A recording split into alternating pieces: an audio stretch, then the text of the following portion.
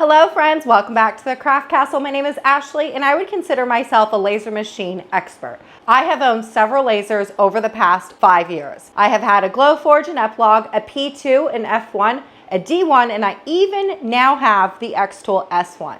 That being said, I have been playing around a lot with the xTool S1 and there are a couple troubleshooting tips that I have for you if you own the xTool S1 or looking to purchase one that is going to help you out tremendously, because I feel like there's some things that aren't really explained very well from xTool, so I'm gonna help you out. I'm gonna make this frustration-free crafting. The very first thing that I wanna cover is something that I get asked all the time on all of my social media pages, is can this machine cut acrylics? The short answer to this is technically it can cut some. But if you were asking me, the expert at owning a laser, I would just say no. That would be my answer. The reason why I say this is the list on what you can cut is very small. We're talking black, red, orange, and I think that's pretty much it. So the most popular colors that I know a lot of crafters want to use is clear and like mirror silver and mirror gold and some glitters. You're not going to be able to do that on here. Now, you may see on a very rare occasion on a Facebook group or on a crafting blog that a crafter has successfully cut one thing from that mirror or clear specialty acrylic. I can tell you though that that was a fluke. That wasn't supposed to happen. They probably tried 100 times just to get that one cut, and frankly, I wouldn't even promote that as such. So if you are looking for a laser to cut acrylic, get yourself a CO2 machine. We're gonna get technical right here, but if you are looking for a laser, you're looking for one that is a CO2, which is the P2. Every other laser right now that is in the market of xTools are all diode lasers or infrared, both of which can cut some acrylic technically. I would consider it just doesn't cut acrylic. All right, now that we got that covered, the next thing that I want to show you is how to properly focus your material, cut your material, engrave your material, but also because the xTool S1 does not have a camera, I'm going to show you how to frame your materials so you have proper alignment every single time and you're not wasting materials. So let's go to the computer. I'm going to turn on my machine and then we'll get to work.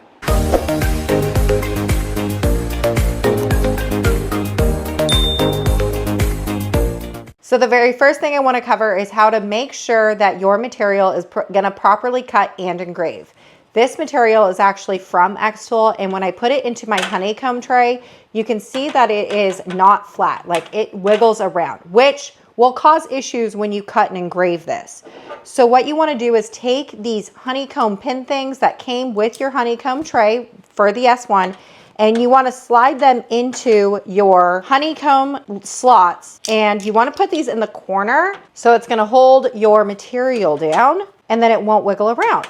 So you can see that when I do that, now my material isn't wiggling around. That's perfect. Now, after you've put in your material, the next thing that you need to do is auto focus onto the material that you're going to be using. How to do that is you need to take your head, and there is going to be this like little pin right here. You're going to put that pin over the top of your material. So you can see with the xTool S1 that there is this little aiming tool. This aiming tool needs to be on your material. It doesn't matter where it's at, it just needs to be on your material. Then at the computer, what you want to do is come over here and press this little aiming button. What the machine is going to do now is autofocus onto your material.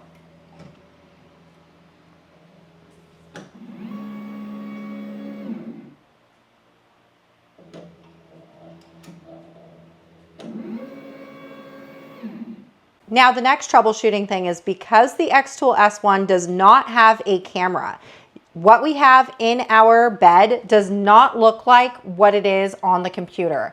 And how to ensure that you have things properly lined up is you're going to come over here to Mark Processing Area and you're going to press Start Marking. So now what you want to do is you're going to essentially tell the xTool program manually where in the world you put your material. Now for my piece of material that I have here, I have a rectangle. So what I'm gonna do is I'm gonna click on this rectangle and press start marking. Now to start marking your material, what you need to do is you're gonna use this aiming tool, this red line that's right here. For a rectangle, you need at least 2 accesses. And so what I'm gonna do is come up here to the top left corner of my material, and you just wanna press the blue button.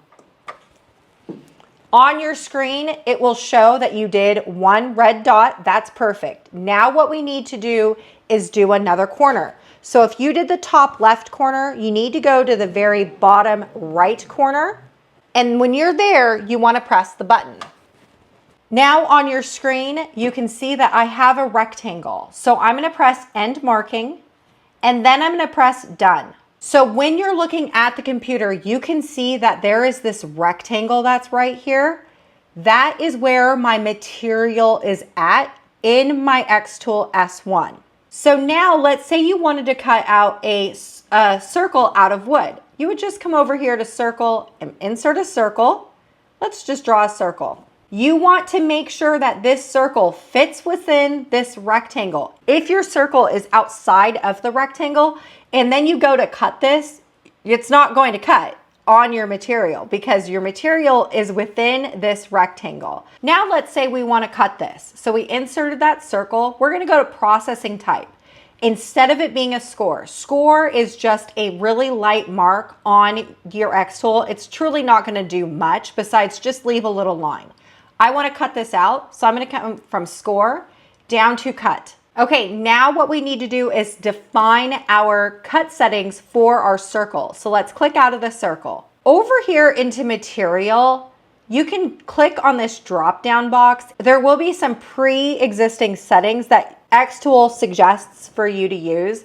But let's say that we're not using an xTool material and we're using a material we have found elsewhere. Because I have this set to cut, what I'm gonna do is I'm gonna click on this and I'm gonna come over here to this applications box and I'm gonna come up here to material test array. Now this is gonna give you a bunch of different settings that you can use. I generally don't change any of this and I just press OK. Now I want this thing right here to fit within my rectangle. So I'm gonna make this smaller. And I'm going to put this inside my rectangle. And this right here is what we are going to use to figure out what good settings are for this unknown material that I have. Now, I do have to tell you, this is xTool material, so I could have just used their preloaded material. But again, I'm trying to troubleshoot this for you because I'm certain you're probably not always going to use xTool material. So I'm just trying to give you all the tools now necessary so you can be successful with your xTool S1. Okay, so now that I have that set up, what I want to do now is cut this out because I need to figure out what good settings to use, right? So now what we want to do is press process. The xTool is going to give you some really weird looking lines and stuff like that. I don't pay much mind to it. I just press start. Before we do this, what we want to do is shut our lid and then we want to press OK process. Now, before we go any further, I would like to note that anytime you are using your laser, you need to vent out. So we need to take our tube and either have it hooked up to an air filter or open up your window and throw the tube outside your window. All right, now that we've done that, what you can do is go over to your machine and press the blue button.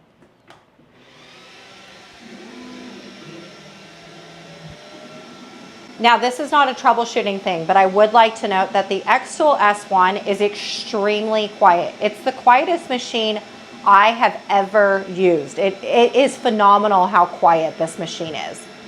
Okay, now that the machine's done, you can just open up your lid and you can move the head out of the way. Okay, let's take this out of our honeycomb tray so we can see what good cut settings were. So doing the test grid, you can see that I have 3 good cut circles here, and then all the rest of these didn't cut well. So obviously we're not going to be using any of these settings to cut. For my piece of material, it looked like the best cut setting for me that has not a lot of flashback would be this middle on the bottom row. So I'm going to insert this back into my xTool, making sure that I have used all my troubleshooting tools. I'm going to put in my material using my clamps to clamp everything down. My material's nice and good. I'm gonna go over into the computer, and remember what I said for my machine, the best settings was speed 10, power 55.